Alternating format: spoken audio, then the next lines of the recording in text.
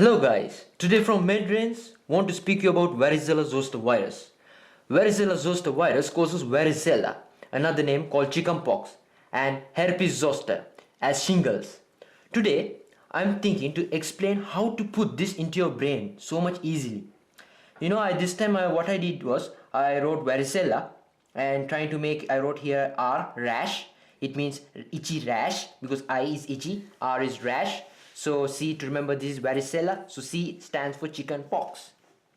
There are complications involved in varicella: pneumonia, encephalitis, bacterial infections, and L stands for low grade fever. Lungs, I drew here lungs. L stands for lungs, so it's pneumonia. E stands for encephalitis. See, what I want to tell here is, actually, it is the initial infection. Chickenpox is the initial infection. First of all, it results in a skin rash that forms a small itchy blisters, which eventually you scab over. Then, first of all, it will start on the chest, alright, even on the back and on the face. First it will start on there and then it start to spread to the rest of the body. Other symptoms include tiredness, headaches and everything. It's very important, guys, to understand the complications here. Varicella complications, you must remember pneumonia, C, L stands for lungs, P, L, so you remember lungs, so pneumonia. You'll remember this way. As well as you'll remember E stands for what? Encephalitis, inflammation of the brain. This disease is most often caused in the adults than in children. It's very important to know, symptoms usually begin 10 to 21 days after you exposure to the virus. After how many days? 10 to 21. 10 to 21 days. 20 to 21 days you will get first of all you will get this disease, and then you will start to show symptoms of like 10 to 21 days. So coughing, sneezing, it's a chickenpox. It's an airborne disease, guys. This is an airborne disease. Chickenpox is an airborne disease. It can be spread from one person to another. 1 to 2 days before the rash appears, it will start to spread to other people. 1 to 2 days before the rash appears, it can spread to other people until all the lesions have been scabbed off, crusted. See guys, I want to show you. This is varicella and this is varicella, the rash is right here, and then later on it will become like blisters and turns to scabbing. This is scabbing. After on it will cure himself and will scab off. See, so do you think there will be a varicella vaccine here? Yeah, there is a varicella vaccine, and it has resulted in a decrease in the number of cases and complications from the disease. It can reduce complications. It's also very important because if you just think varicella vaccine, yeah, it can reduce complications. So what do you think you can give treatment for these guys? Treatment, you can give calamine lotion, paracetamol. Calamine lotion they give to prevent from itching. So you see maybe your friend has got this varicella chickenpox, is feeling itchiness.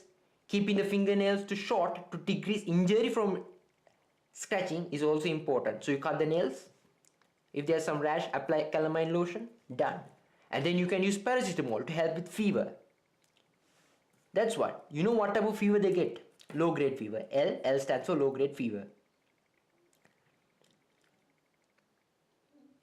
So, what do you think about zoster? Herpes zoster, which was herpes zoster, another name is called shingles. It's a painful skin rash with blisters. Especially it is on one side of the body, either right side or either left side. It's very painful, this rash. Very, very painful. So much painful, it has blisters in the localized areas.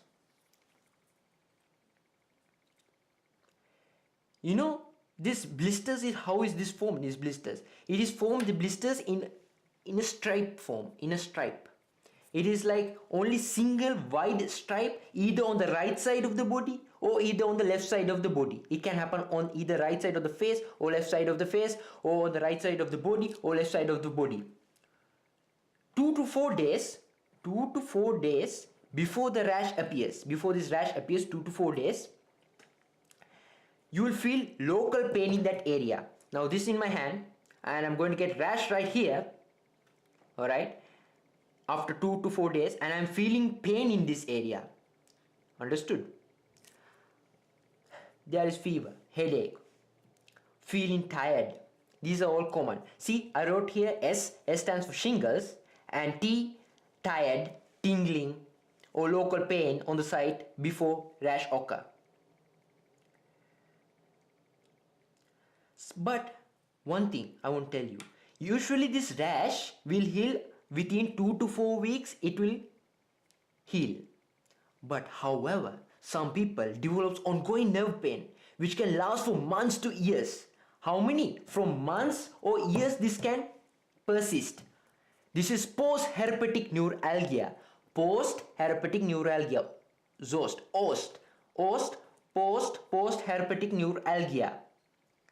Some people, after they get these shingles, they'll feel this nerve pain. You know why we get this nerve pain? This nerve pain is due to damage of the peripheral nerve.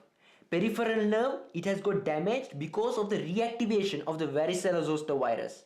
First of all, you will get the Varicella-zoster virus, which will cause the first infection as chicken pox. Later on, it gets reactivated and causes you shingles, a wide, painful skin rash with blisters on one side of the body. It's important part is that the nerve which is getting damaged is a single sensory nerve. So it's a dermatome that is getting affected. There are, how you will feel this pain is sometimes you will feel like electric pain, like that shots. So much like shooting pain, burning pain. This kind of pain you will get in post-herpetic neuralgia. Do you think you will have itching?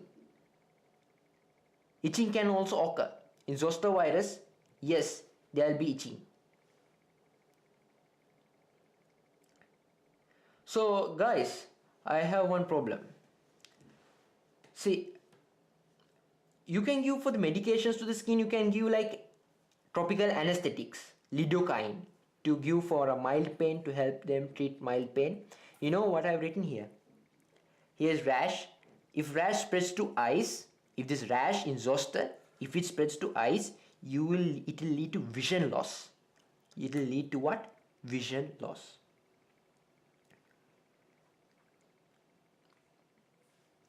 So, let's come to Epstein-Barr virus.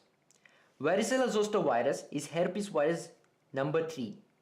Virus number 3. But Epstein-Barr virus, stay in tune with me guys. Epstein-Barr virus is herpes virus number 4. And P, I have given here P. P stands for pharyngitis or posterior cervical lymphadenopathy. You will get pharyngitis. It's not normal, just pharyngitis. You will get exudative pharyngitis. See, it's like, like a mouth, and inside between the two tonsils you can see some exudate, and you'll remember this exudative pharyngitis. You can see the pictures even on the internet. It's exudative pharyngitis. I am helping you to remember guys. P stands for what? Exudative pharyngitis, as well as what? Posterior cervical lymphadenopathy. And S stands for what? Splenomegaly, not just splenomegaly, hepatosplenomegaly. Hepatosplenomegaly. If you get hepatosplenomegaly, exudative pharyngitis, and posterior cervical lymphadenopathy, with T stands for temperature and Celsius, which means fever, this is called mononucleosis. This Epstein-Barr virus is best known to cause what? Infectious mononucleosis. Infectious mononucleosis. Also they call glandular fever. This thing which I have written here, N. N stands for what? Nasopharyngeal carcinoma. What? Nasopharyngeal carcinoma. They have found that this Epstein-Barr virus, there's some association with this nasopharyngeal carcinoma and Hodgkin lymphoma. These two diseases, there's some relationship, there's some association. So you'll remember this nasopharyngeal carcinoma, it means some cancer in the nasopharynx. They have found some association even with the Hodgkin lymphoma. It's a lymph vessel cancer. And last thing what I want to tell you is Barr virus is Epstein-Barr. So Barr, when I remember the Barr, when I remember the B, you will remember what?